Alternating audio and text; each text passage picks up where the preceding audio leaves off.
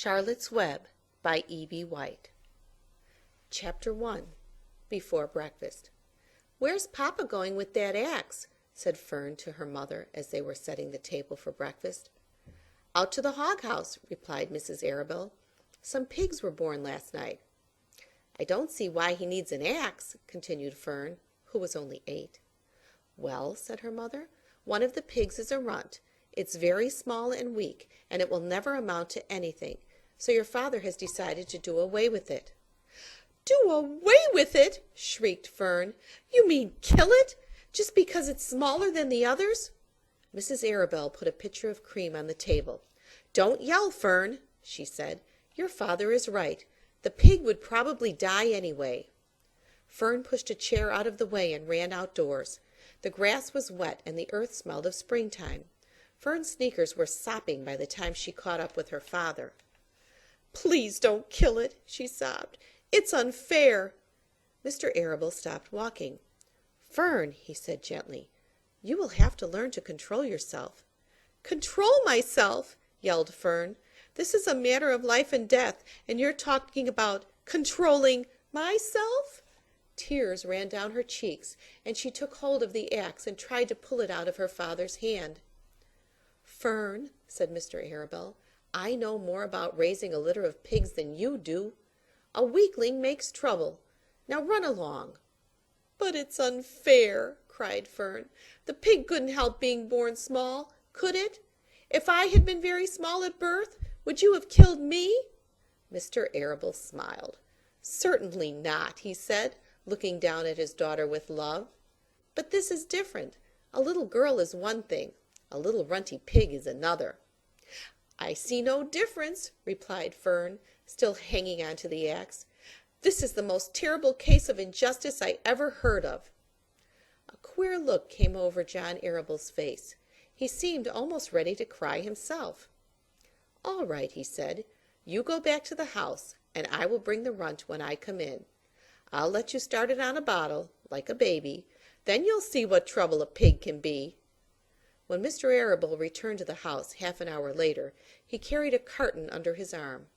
Fern was upstairs changing her sneakers. The kitchen table was set for breakfast, and the room smelled of coffee, bacon, damp plaster, and wood smoke from the stove. "Put it on her chair," said Mrs. Arabelle. Mr. Arabelle set the carton down at Fern's place. Then he walked to the sink and washed his hands and dried them on the roller towel. Fern came slowly down the stairs. Her eyes were red from crying. As she approached her chair, the carton wobbled, and there was a scratching noise. Fern looked at her father. Then she lifted the lid of the carton. There inside, looking up at her, was the newborn pig. It was a white one. The morning light shone through its ears, turning them pink. "He's yours," said Mr. Arabelle, "saved from an untimely death, and may the good Lord forgive me for this foolishness." Fern couldn't take her eyes off the tiny pig. "Oh," she whispered, "oh, look at him. He's absolutely perfect."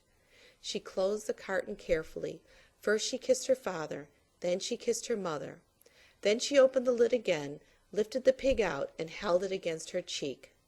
At this moment her brother Avery came into the room. Avery was 10. He was heavily armed, an air rifle in one hand, a wooden dagger in the other. "What's that?" he demanded. "What's Fern got?" "She's got a guest for breakfast," said Mrs. Arabelle.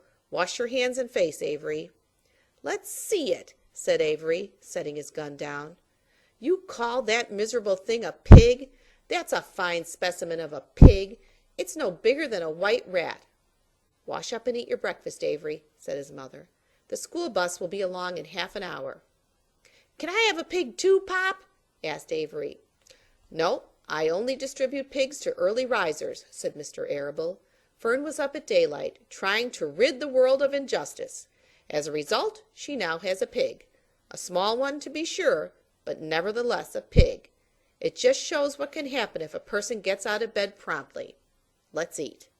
But Fern couldn't eat until her pig had had a drink of milk. Mrs. Arabelle found a baby's nursing bottle and a rubber nipple. She poured warm milk into the bottle, fitted the nipple over the top, and handed it to Fern. "Give him his breakfast," she said. A minute later Fern was seated on the floor in the corner of the kitchen with her infant between her knees, teaching it to suck from the bottle. The pig, although tiny, had a good appetite and caught on quickly. The school bus honked from the road. "Run!" commanded Mrs. Arable, taking the pig from Fern and slipping a doughnut into her hand. Avery grabbed his gun and another doughnut. The children ran out to the road and climbed into the bus. Fern took no notice of the others in the bus. She just sat and stared out of the window, thinking what a blissful world it was, and how lucky she was to have entire charge of a pig. By the time the bus reached school, Fern had named her pet, selecting the most beautiful name she could think of. "Its name is Wilbur," she whispered to herself. She was still thinking about the pig when the teacher said, "Fern, what is the capital of Pennsylvania?" "Wilbur," replied Fern dreamily. The pupils giggled. Fern blushed.